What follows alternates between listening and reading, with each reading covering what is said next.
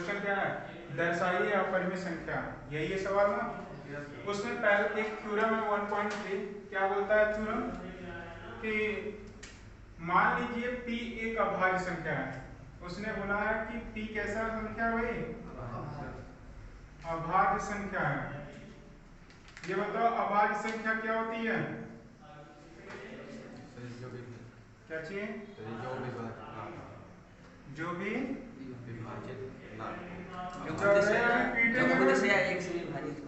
जो संख्याएं स्वयं से और एक से विभाजित हों। जैसे क्या था, जल्दी बताओ। जैसे था 1 3 बताओ सर जी, स्वयं से और एक से विभाजित हो ना। हाँ तो 1 कहां से आएगा, उसमें आएगा 1 सर 3 हो गया तो 2 से 2 3 2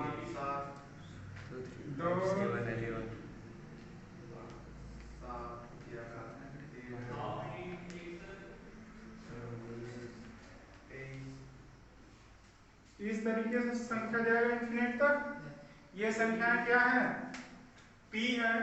p बोला ना कि मान लीजिए कि p क्या है, एक अभाज्य संख्या। हमने क्या किया है यहाँ पे, माना है कि p एक अभाज्य संख्या है। यदि p a स्क्वायर को विभाजित करती है, क्या चीज, जो p है a स्क्वायर को विभाजित करे। विभाजित का मतलब क्या होता है भाई, विभाजित का मतलब क्या होता है,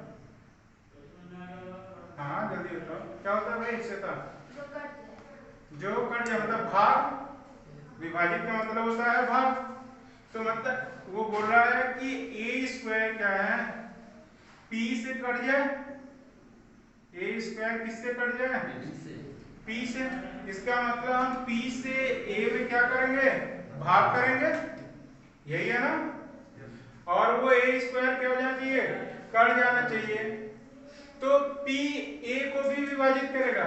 इसका मतलब वो कह रहा है कि जो a है p भी विभाजित करेगा a को, p जो है a को भी विभाजित करेगा। जहां a एक धनात्मक पूर्णांक है, मतलब a को उसने क्या बोला, धनात्मक पूर्णांक। अब भाई ये बताओ a एक धनात्मक पूर्णांक है, तो ये पूर्णांक होता क्या है, पूर्णांक किसे कहते हैं धनंजय, पूर्णांक किसे कहते हैं भाई, किसे कहते हैं पीछे बबलू, पूर्णांक किसे कहते हैं। नालायकों पीटेंगे अभी ना, तुम लोग को दिमागी सी हो जाएगा। बोलो, जिसमें माइनस प्लस और जीरो तीनों शामिल हो। तो ये बता सकते हो ना, मतलब जिसमें माइनस प्लस और जीरो शामिल होते हैं, पूर्णांक वही है ना। इधर हम धनात्मक मान रहे हैं, धनात्मक पूर्णांक, इधर क्या होगा, ऋणात्मक पूर्णांक। और उसके बाद क्या मानेंगे, यहाँ पे हम मान लो शून्य, ठीक है यही ना। ये क्या हो जाएगा, संख्या तो वही होगी 1 2 3 4 5 ये, और यहाँ पर भी 1 2 3 4 5 मान लेंगे। लेकिन धनात्मक बोल रहा है, इसका मतलब यहाँ पे सब क्या होगा, प्लस होगा ना। और यहाँ पर ऋणात्मक बोल रहा है तो माइनस। लेकिन उसने सवाल में बोला क्या है कि धनात्मक पूर्णांक होगा, तो क्या होना चाहिए, ये वाली संख्याएं हमें इन्वॉल्व होगा एक ही जगह पे। एक ही जगह पे हम ये इसमें से कोई भी संख्याएं रख दें और वह उसका स्क्वायर कितना हो जाए, कट जाए। तो यदि हम a रख दें तो क्या होगा बताओ, अगर हम यहाँ पे a बराबर 2 रख देते हैं, ठीक है, क्या रख दें 2, तो ये 2 स्क्वायर होगा, 2 रखेंगे तो 2 स्क्वायर होगा। और p क्या है, p कोई भी अभाज्य संख्या है। मान लो हमने p से यहाँ से 2 उठा लिया, यहाँ पे 2 रखा, ये बताओ ये 2 का क्या होगा स्क्वायर 4, और नीचे क्या है 2, ये कट जाएगा तो क्या आया 2। 2 क्या दिख रहा है भाई यहाँ पे, धनात्मक पूर्णांक दिख रहा है, यस सर। मतलब ये भी एक क्या है, पूर्णांक है। मतलब जब हम a स्क्वायर को p से भाग दे रहे हैं तो हमें मिलता क्या है, एक पूर्णांक ही मिलता है। तो बोल रहा है ये कि a भी क्या करेगा, जो a संख्या होगा वो p से भी डिवाइडेड हो जाएगा। तो यहाँ पर अगर हम देखो a की वैल्यू कितनी थी, 2 रखा तो 2 p बराबर हमने क्या लिया 2, तो ये भी कट जाएगा, 1 मिला। 1 क्या है, धनात्मक पूर्णांक ही है। तो इसका मतलब क्या है कि ये भी एक पूर्णांक ही होगा। तो यहाँ पे हमें इस थ्योरम का मतलब समझ में आया कि नहीं तुम लोग का, ये थ्योरम समझ में आया कि नहीं? Yes sir. थ्योरम कह रहा है कि हमने p एक अभाज्य संख्या माना तो p बराबर हमने कितना ले लिया, यहाँ से पूरा इन्फिनिट तक। उसके बाद अब बोला कि a स्क्वायर p से विभाजित हो रहा है, हमने p से a स्क्वायर को विभाजित किया। वो फिर कह रहा है कि p a को भी विभाजित करेगा, p क्या करेगा, a को भी विभाजित करेगा। तो हमने यहाँ बोला a एक धनात्मक पूर्णांक है, तो हमने धनात्मक पूर्णांक बोला a, तो बोला हमने भी तुमसे पूछा कि भाई पूर्णांक क्या होता है, हमने पूछा पूर्णांक क्या होता है, ठीक है, इसको a मान लो। पूर्णांक क्या होता है, तुमने बताया कि ऋणात्मक शून्य और धनात्मक संख्याओं का संयोजन ही क्या कहलाता है, पूर्णांक। तो हमने धनात्मक बनाया, धनात्मक नहीं है तो धनात्मक पूर्णांक है, तो संख्याएं सारी इन्फिनिट तक ले जाएगी, इन्फिनिट मतलब अनंत तक, ठीक है, अनंत तक संख्या ले जाएगी। तो हमने यहाँ से कोई भी एक संख्या ले लिया, मान लिया हमने a बराबर 2, हमने a बराबर 2 यहाँ रखा तो ये क्या हो जाएगा, और b बराबर भी हमने क्या मान लिया 2, तो यहाँ पे 2 रखा तो स्क्वायर हो गया, ये क्या हो गया, तो 4/2 काटा तो कितना आया 2 आया। तो ये क्या होगा, ये भी a स्क्वायर अगर पूर्णांक है तो ये जो आंसर आया वो भी तो पूर्णांक ही आया है, पूर्णांक है ना भाई। हमने धनात्मक माना तो देखो 2 यहीं पर है, 2 हमने धनात्मक माना, 4 हुआ काट दिया तो 2 आ गया, और फिर उसी 2 को हमने p में रखा तो कट गया तो फिर 1 आया, तो 1 आया तो वो भी एक पूर्णांक ही है ना, है कि नहीं बेटा, समझ में आ रहा है कि नहीं?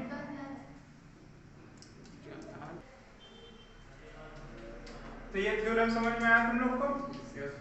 अब थ्योरम को हटाकर हम तुम लोग को वेरिएबल के साथ एक क्वेश्चन दिखाते हैं कि उसे करना कैसे है, ठीक है।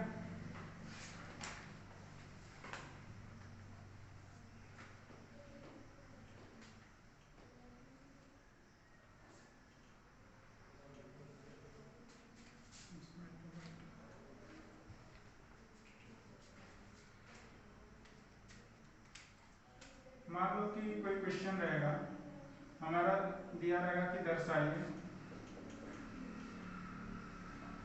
कि कड़ी में x एक अपरिमेय संख्या है, यही ना। क्वेश्चन ऐसे ही आता जैसे बुक में तुम्हारे दिया है कि बताइए कड़ी 2, कड़ी 3, कड़ी 5, कड़ी 7, कड़ी 6, कड़ी 11 इस रूप में देगा। ये एक अलग फॉर्मेट है, और एक दूसरा फॉर्मेट बनता है कड़ी में 2, 3, ये इस तरह, 3 कड़ी में 3, ये एक अलग फॉर्मेट है, 3 कड़ी में 5, ये अलग फॉर्मेट है। अब देखो इस करणी में ये सिंगल वे में था, करणी के अंदर ही पे संख्या थी, अब बाहर भी है करणी के अंदर भी है। अब क्या होगा कि इस संख्याओं, ये जो संख्याएं हैं सब, इन संख्याओं से पहले एक प्लस या माइनस लगा के हो जाएगा, इस रूप में भी हो जाएगा। तो ये सब क्या है, क्वेश्चन के फॉर्मेट हैं, क्या है, क्वेश्चन के फॉर्मेट है कि हमारे पास क्वेश्चन इसी तरह होंगे, हमें ऐसे ही सॉल्व करना है। एक क्वेश्चन होगा जो 1/2 के रूप में होगा, अपान के रूप में होगा, ठीक है। तो ऐसे क्वेश्चंस क्या है हमारे फॉर्म। तो हमें क्या करना है, जो ये वाला फॉर्मेट फर्स्ट दिख रहा है, अगर इसका हम ये एक अचर राशि लेके चल रहे हैं, चर राशि लेके चल रहे हैं, तो क्या हो जाएगा, हमें कोई भी x की जगह पे वैल्यू मिल जाएगा, तो हम उसी तरह पुट करके सॉल्व कर लेंगे, ठीक है। तो हम लोग देख लेते हैं। तो यहाँ जब वो बोल रहा है कि यह एक संख्या है तो सॉल्व करने से पहले हमें कभी भी जो चीज पूछता है सिद्ध करने के लिए हमको उसका विपरीत मानना चाहिए। तो यहाँ परिमेय दिया है तो हम मानेंगे क्या? परिमेय संख्या। तो सॉल्व कर लेते हैं। माना करणीय x एक परिमेय संख्या है। परिमेय संख्या है भाई। अब तुम्हें पता है कि परिमेय संख्या किस रूप में लिखा जा सकता है? p/q के रूप में। तो हम लिखेंगे क्या?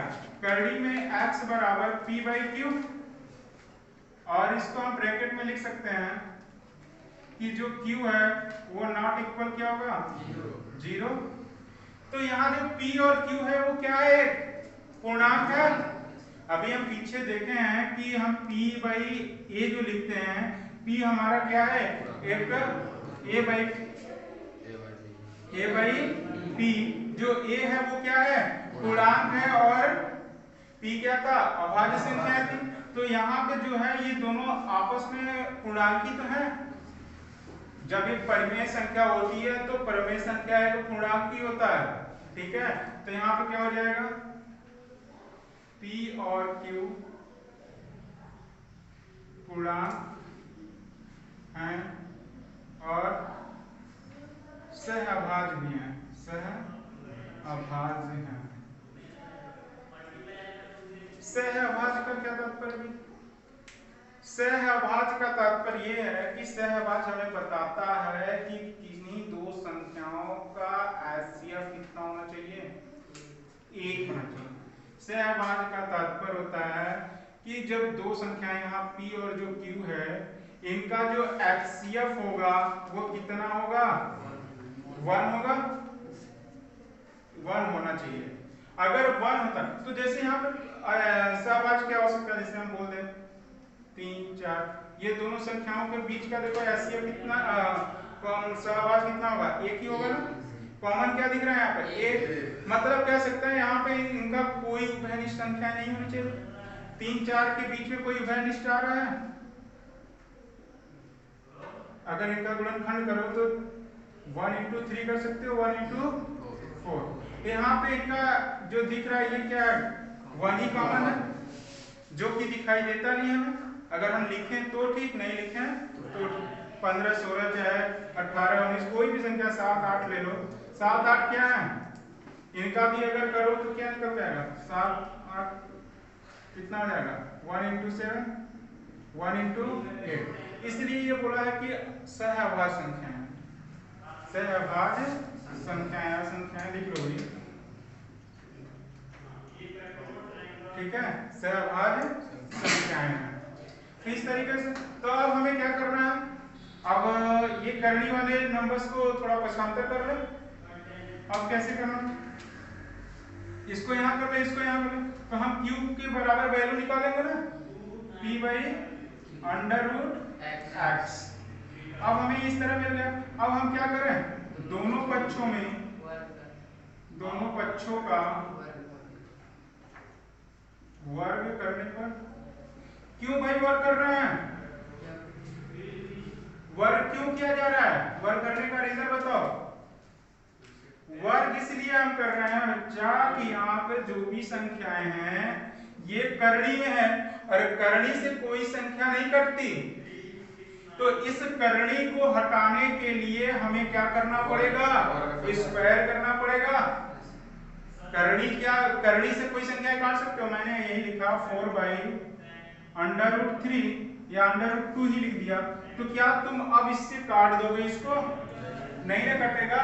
इसका मतलब इसका हमें स्क्वायर ही करना पड़ेगा। तो स्क्वायर कर रहे हैं तो क्या हो जाएगा? 16/2। अब देखो ये कट जाएगा, 8 कटेगा ना। तो जो ये 8 आया ये भी तो पूर्णांक आया ना, तो इसको याद रखना, आगे काम आएगा। तो देखो यहां से अब हम क्या कर ले? दोनों पक्षों में वर्ग कर ले। तो लिखेंगे क्या? q = p/√x का स्क्वायर अपॉन, यही है ना कवर, दोनों पक्षों का वर्ग हो गया। तब इसे लिखेंगे क्या? q² बराबर p² अपॉन x। अब ये देखो थ्योरम 1 की तरफ हो गया। मतलब जो प्रमेय इससे पीछे हमने देखा था 1.3, उसमें क्या लिखे थे हम लोग? a स्क्वायर अपॉन p के रूप में, यही ना कि p से ये स्क्वायर कट रहा है, तो यहाँ पर भी तो यही होगा ना कि x से p स्क्वायर कट जाएगा और जो भी रिजल्ट आएगा वो क्यूब एक पूर्णांक के रूप में होगा, होगा ना। तो हम यहाँ पर क्या लिख सकते हैं कि p स्क्वायर क्या है भाई? p स्क्वायर एक पूर्णांक है, पूर्णांक है। तो ये बताओ p बाई एक्स भी एक पूर्णांक ही होगा ना, p स्क्वायर बाई एक्स। जब हम एक संख्या से इसमें डिवाइड करेंगे तो हमको एक पूर्णांक ही मिलेगा। अभी हमने कहा कि 2 का स्क्वायर अपॉन 2, हमने इसको 4/2 काट दिया तो कितना आया? 2 आया। तो 2 जो आया वो एक क्या आया? पूर्णांक है। इसका मतलब ये भी तो पूरा पूर्णांक था, तो p बाई एक्स एक पूर्णांक है, हुआ ना? क्या हुआ बोलो? समझ लो तो छापना। अच्छा, तो p स्क्वायर बाई इतना, ये भी एक पूर्णांक है। तो ये बताओ जो ये कट जाएगा तो q भी एक पूर्णांक ही मिलेगा, q भी क्या मिलेगा? एक पूर्णांक मिलेगा। तो यहां से हम कह सकते हैं कि जो पूर्णांक हमको मिल रहा है तो q स्क्वायर बराबर क्या मिलेगा? तो हमें जो q स्क्वायर एक पूर्णांक है, तो यहाँ से कट जो वैल्यू कट जाएगी, ये कट जाएगी तो कोई ना कोई हमको वैल्यू मिलेगा। तो हमने मान लिया q स्क्वायर बराबर हमको क्या मिलेगा? c मिलेगा। c माना भाई, यहाँ पे जब कटेगा ये कट जाएगा, जैसे हमने काटा 2, तो 2 क्या आया? एक पूर्णांक ही आया, यही आया ना। हमने इसको क्या मान लिया? c एक पूर्णांक है। तो इसको हम क्या कर सकते हैं? इक्वेशन 1 बोल सकते हैं ना। अब तो यहाँ तक किसी को डाउट हुआ हो?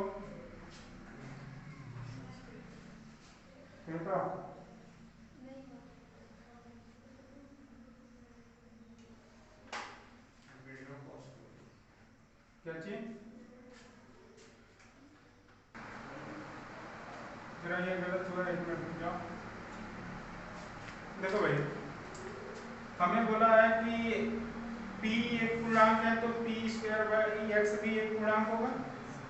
अब हम थ्योरम के रूप में देखें तो हमारा पीछे जो थ्योरम था वो बोला है कि p स्क्वायर यदि x से विभाजित है तो p भी क्या होगा? p x से विभाजित होगा,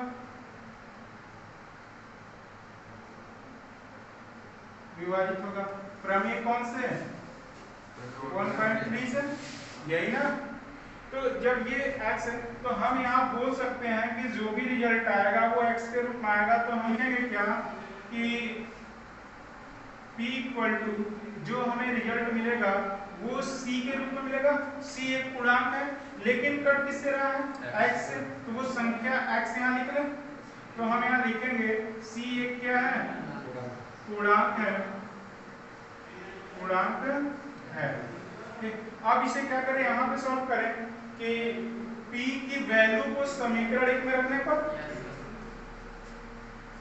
p का मान समीकरण 1 में रखने पर। अच्छा ये बताओ अभी तक कितने लोग को समझ में आया? समझ में आ रहा है ना श्वेता, विकास? तो अब देखो क्या करना है कि p की जगह पे हमें क्या रखना था समीकरण 1 में? तो हमारा क्या है? q स्क्वायर बराबर p की जगह पे क्या रखना है? xc। तो हम यहाँ रखते हैं xc का स्क्वायर अपॉन क्या चीज? x। तो ये हो जाएगा q स्क्वायर बराबर x square into c square upon x। यहाँ से एक x कट जाएगा तो बचेगा एक x, तो q स्क्वायर बराबर x इंटू सी स्क्वायर। अब देखो ये यहाँ पर जो x है इधर आ जाएगा, तो हम लिख सकते हैं c स्क्वायर बराबर q स्क्वायर अपॉन x। तो अब यही थ्योरम यहाँ पर भी अप्लाई होगा ना, जो ये चीजें हैं कि पी स्क्वायर एक पूर्णांक है, पी स्क्वायर एक पूर्णांक है, तो यहाँ क्यू स्क्वायर भी एक पूर्णांक होगा। तो हम लिखेंगे कि क्यू स्क्वायर एक पूर्णांक है, तो P Q square by x भी एक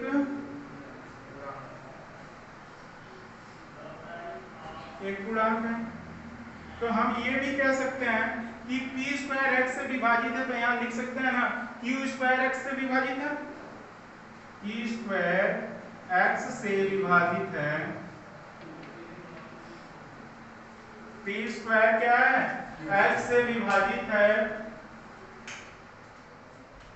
तो क्यू भी एक्स से विभाजित है, तो क्यू एक्स से विभाजित होगा, प्रमेय कौन सा 1.3 से, यही है। अब ये बताओ भाई, जब x से विभाजित हो रहा है तो यहाँ पर जो हमें दिखाई दे रहा है x, यहाँ भी x आया, इक्वेशन तो यही दिखाई दे रहा है। तो x हमारा क्या है, एक पूर्णांक है, x क्या है एक पूर्णांक है, तो हम कह सकते हैं कि इक्वेशन 1 और 2 से कि यह एक जो कि x से कट रहा है, तो हम कह सकते हैं कि हमारी कल्पना के विरुद्ध जा रहा है, हमारी कल्पना के विरुद्ध जा रहा है। हमारा आना क्या चाहिए था 1 आना चाहिए था, लेकिन आ क्या रहा है यहाँ पे x आ रहा है, और x जो आ रहा है तो इसका मतलब यहाँ पर जो संख्या होंगी यहाँ पर भी वही आएगा। तो इसलिए दोनों में देखो क्यू स्क्वायर और सी स्क्वायर में जो पूर्णांक हमको मिल रहा था वो x से कटने वाला मिल रहा है, तो x से कटने वाला मिल रहा है, तो ये जब कट जाएगा तो हमसे बताएगा ना भाई ये हमारा सह अभाज्य जो है वो नहीं है, ये एक क्या है उभयनिष्ठ संख्या है। उभयनिष्ठ क्या होता है भाई, उभयनिष्ठ क्या होता है, उभयनिष्ठ वो होता है कि जब दो संख्याएं, जैसे यहाँ पे हमने लिखा 6 और 12, तो 6 और 12 से क्या कॉमन दिख रहा है 6 कॉमन दिख रहा है, 1 और 2, मतलब ये 6 क्या है दोनों संख्याओं से कॉमन हो जा रही है, बाहर निकल जा रही है, दोनों का गुणनखंड है ना।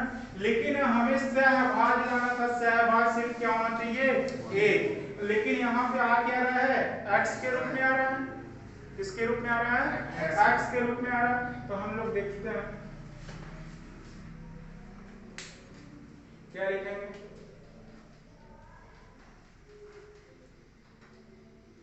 कि लिया गया कथन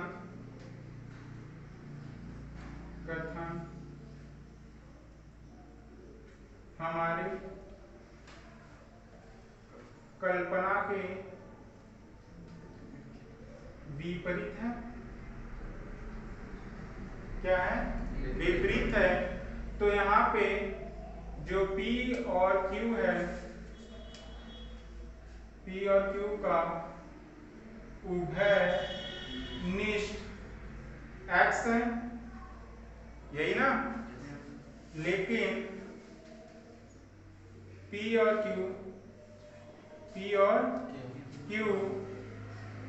क्या होंगे सहअभाज्य नहीं है, अतः कड़ी x एक परिमेय संख्या नहीं है, परिमेय संख्या नहीं है। तो क्या होगा, अतः इसलिए कड़ी x एक अपरिमेय संख्या, अपरिमेय संख्या है, ठीक है। ये इतना तुम्हारा ये यहाँ पे सिद्ध होता है, क्या हो जाता है, सिद्ध हो जाता है। बस यही तुम्हारा फॉर्मेट है ऐसे क्वेश्चन को करने का। यहाँ पे जो x है, अब हम x की जगह पे 2 3 5 7 6 11 कुछ भी संख्या लेके इस क्वेश्चन को हल कर सकते हैं। बस जहां हमने x लिया है वहां तुम्हें क्या रखना है, ये सारी संख्याएं रखनी है। क्या रखनी है, सारी संख्याएं रखनी है, सॉल्व हो जाएगा। एक बताओ क्या है, एक क्या है भाई, एक का अंडर रूट कुछ हो सकता है। अगर हम एक को देखो, एक का वर्ग करेंगे तो एक ही आएगा, और एक तो हर संख्या से डिविजिबल है, हर संख्या एक से डिविजिबल है कि नहीं है, विभाजित है। हम कोई संख्या ऐसी ही लिख रही तब पर भी उसमें एक है, इसलिए एक को कभी भी अंडर रूट के नीचे नहीं रखा है। एक कहां से रखोगे, जो तुम्हारे बुक में क्वेश्चंस होंगे, तुम्हारे बुक में ये है, ये है, ये है, ये है, ठीक है।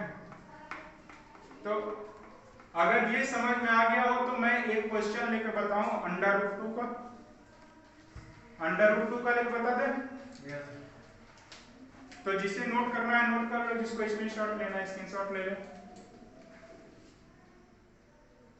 बच्चों हमने तो अभी क्या किया था कि इसके पहले हमने एक फॉर्मेट तैयार किया था कि उसमें कोई संख्या की जगह पे हमने एक अचर वैल्यू लिया था जिसको हमने x मान लिया था।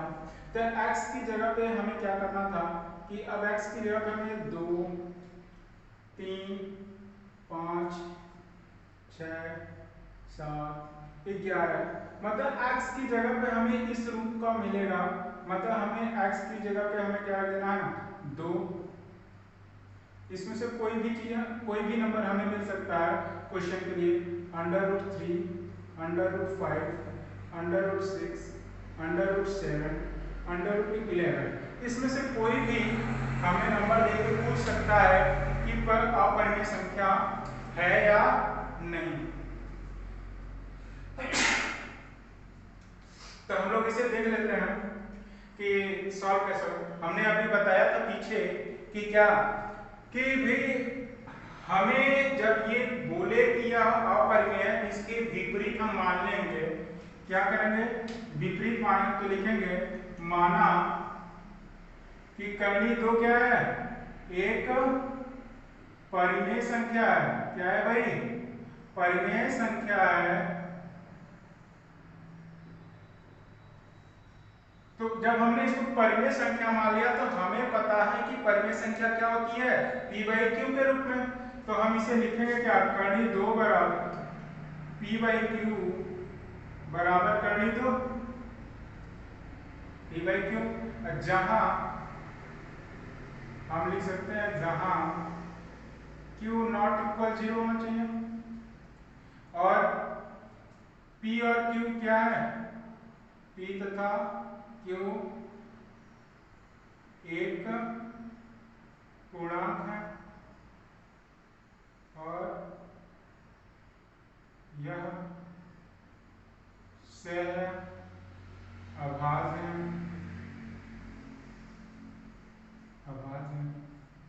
अभी हमने आपको बताया कि सहअभाज्य क्या था।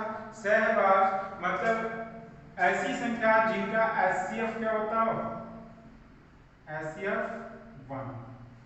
वो संख्या क्या हो सकती है, कोई भी संख्या 3 4 5 6, तो इस तरीके की 7 8 ये सब संख्याओं का क्या है, HCF कितना आएगा, 1 ही आएगा। तो ऐसी संख्या हमारा p/q है। तो अब हम क्या करें, q को इधर और p/√2 को इधर ला दे और ये q इधर कर। अब दोनों पक्षों का क्या कर ले भाई, वर्ग कर ले। तो क्या हो जाएगा, √2 का स्क्वायर अपॉन q का स्क्वायर। अब हमें पता चल रहा है कि ये p² होगा। स्क्वायर करने का रीजन क्या था, कि हमें भी कोई भी संख्या पूर्णांक हो, अगर p है, अगर इसको हम अंडर रूट से डिवाइड नहीं कर पाएंगे, अगर ये 2 है अंडर रूट से नहीं डिवाइड हो पाएगा, तो इसलिए इस अंडर रूट को गायब करने के लिए हमें क्या करना पड़ता है, स्क्वायर करना पड़ता है। तब क्या हो गया, अब 2t को स्क्वायर को ये डिवाइड कर देगा, तो यहाँ पे अब क्या है, ये p हमारा क्या है, एक परिमेय संख्या है, मतलब पूर्णांक है, तो हमारा q भी एक पूर्णांक होगा। इस हिसाब से हम लिखेंगे, इसलिए p एक पूर्णांक है, p स्क्वायर एक पूर्णांक है, तो q स्क्वायर भी एक पूर्णांक होगा, पूर्णांक। तो हमारा यहाँ p स्क्वायर 2 एक पूर्णांक होगा। तो अब ये जो हमारा p स्क्वायर 2 एक पूर्णांक होगा, तो इसे हम इस तरह भी लिख कि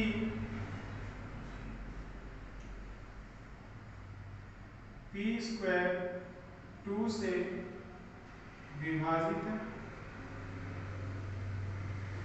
तो p भी p 2 से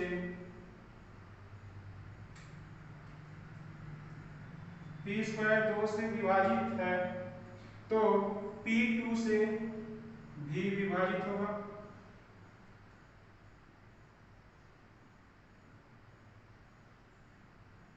विभाजित होगा। ये कौन सा प्रमेय है, प्रमेय नंबर 1.3 से, प्रमेय में यही कहा गया था ना 1.3 में कि p स्क्वायर 2 से विभाजित है तो p 2 से विभाजित होगा, मतलब p स्क्वायर q से विभाजित है तो p q से भी विभाजित होगा। तो ये प्रमेय से हम लिख सकते हैं। तो अब इसको हम क्या लिख सकते हैं, p स्क्वायर इक्वल 2q, 2 को स्क्वायर लिख सकते हैं। ये हमारा इक्वेशन क्या हो सकता है, इक्वेशन नंबर 2। तो हम यहां से ले सकते हैं कि p बराबर 2c, जहां c एक पूर्णांक है, p बराबर मान लिया है हमने, माना p बराबर क्या होगा 2c, भाई 2c होगा, ठीक है। तो अब हम इसे 2c को, इस वैल्यू को उठाकर हम इक्वेशन 1 रखते हैं, p का मान समीकरण 1 में रखने पर, समीकरण 1 में रखते हैं, तो समीकरण 1 में p का मान क्या होगा, 2c का square upon 2 equal q square.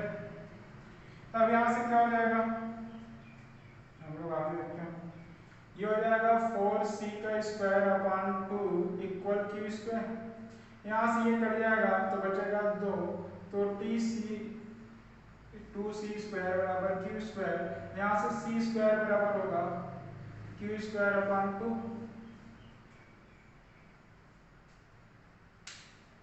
तो हम यहाँ इसको क्या करना है, इक्वेशन 3 मान लो।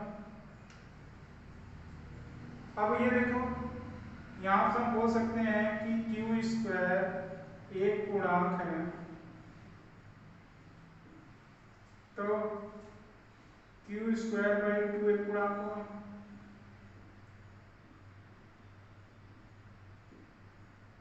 पूर्णांक होगा। जब ये पूर्णांक होगा तो हम कह सकते हैं कि ये जो इक्वेशन ये है, इसको इक्वेशन 3 मान लो, इसको इक्वेशन 3 मान लेते हैं, और इसको इक्वेशन 4। इक्वेशन 3 इसको क्यों माने हम अभी बताते हैं, क्योंकि यहाँ पे हमने अभी क्या किया, p स्क्वायर बराबर 2 क्यों माना था, जो कि ये पक्षांतर करने पर लिखना था। तो हमने इस चीज को पहले ही लिख दिया, अगर इस चीज को हमने पहले लिख दिया है तो हम इसको लेके चलते हैं कहाँ, इस रूप में कि हमने क्या लिखा, पी स्क्वायर क्या चीज, तो यहाँ पे क्या हो जाएगा, क्यू स्क्वायर 2 से विभाजित है, तो क्यू भी 2 से विभाजित होगा।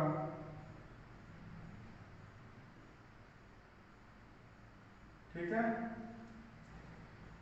तो अब हमें यहां दिख रहा है कि भाई P 2 से विभाजित है, Q भी 2 से विभाजित है, लेकिन हमने यहां पर बोला था कि P की एक पूर्णांक है, यह सहभाज्य जिसका HCF 1 होना चाहिए, लेकिन यह 2 से विभाजित हो रहा है और 2 से विभाजित हो रहा है, यही है ना।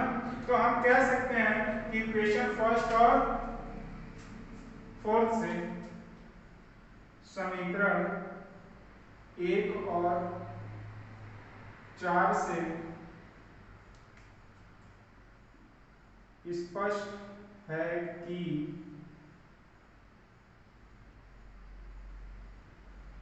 P और Q का उभयनिष्ठ गुणनखंड 2 है, जो सह अभाज्य नहीं है। यह कथन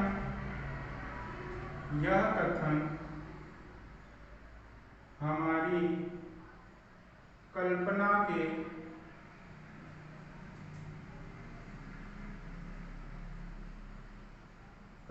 के कारण हुआ, जो विरोधाभास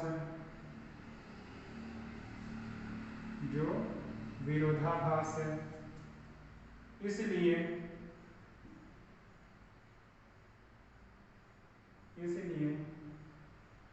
करनी 2 एक परिमेय संख्या नहीं है, अतः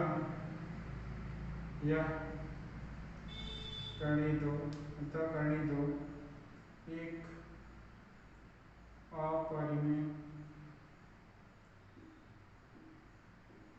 अपरिमेय संख्या है। तो इस तरीके से हमारा सवाल क्या होगा, सॉल्व होगा। आप इसे इक्वेशन थर्ड देखो, ये P क्या है, इसका गुण मतलब P का गुणनखंड 2 आ रहा है, अभी P का गुणनखंड क्या आ रहा है, यहाँ 2 आ रहा है, यहाँ पे C का Q का गुणनखंड क्या आ रहा है, 2 आ रहा है, इसलिए 2 क्या हो रहा है भाई, कॉमन हो रहा है, 2 कॉमन हो रहा है। तो इस तरीके से हमारा सवाल है सॉल्व हो जाता है और कर्णीय 2 एक अपरिमेय संख्या। इसे एक बार और देख लो कि दर्शाइए कि क्या एक कर्णीय 2 एक अपरिमेय संख्या है। तो सॉल्यूशन कैसे करना है कि हमको इसके विपरीत मान लेना है। माना कर्णीय 2 एक परिमेय संख्या है जिसे P by Q के रूप में कर्णीय 2 को लिखा जाता है, जहां Q नॉट इक्वल 0 है, P और Q एक पूर्णांक है, यह P और Q एक सहभाज्य संख्या है। सहभाज्य का मतलब होता है जिसका HCF 1 हो, जैसे उदाहरण में दिया है 3 4 7 8 5 6 बहुत सारी संख्याएं ऐसी हैं। तो अब P Q by अंडर मैंने क्रॉस इधर कर दिया, नंबर को इधर कर दिया, P by अंडर रूट ये बराबर Q। अब यहाँ से हमने देखा कि कर्णी से P तो डिवाइड होगा नहीं, तो इसलिए हमें क्या करना चाहिए, अब दोनों बच्चों का वर्ग कर देना, तो P स्क्वायर बाई 2, अब 2 से P कट जाएगा, P स्क्वायर भी कट जाएगा, Q, तो यहाँ P स्क्वायर एक पूर्णांक है तो Q स्क्वायर भी एक पूर्णांक होगा, अगर Q स्क्वायर पूर्णांक है तो P बाई 2 एक पूर्णांक होगा। भाई पूरी की पूरी संख्या जब ये पूर्णांक है तो ऑलरेडी तो एक पूर्णांक ही है, तो ये पूरी संख्या पूर्णांक होगा, और जब ये पूर्णांक हो रहा है तो Q भी एक पूर्णांक ही है, क्योंकि हमने यहाँ मान लिया कि Q एक पूर्णांक है। ठीक, तो आप क्या कह सकते हैं कि p स्क्वायर 2 से विभाजित है तो p 2 से भी विभाजित होगा, जो कि प्रमेय 1.3 से कह रहा है। तो हम इसको लिख क्या सकते हैं कि p स्क्वायर और 2q। यहाँ से हमको ये हो रहा है जैसे p मान लो कोई नंबर है 6 है, इसको हम लिख सकते हैं 2 गुणे 3, तो यहाँ से 2 मिल गया, ये हमारा कोई एक पूर्णांक है जो कि q है इस रूप में।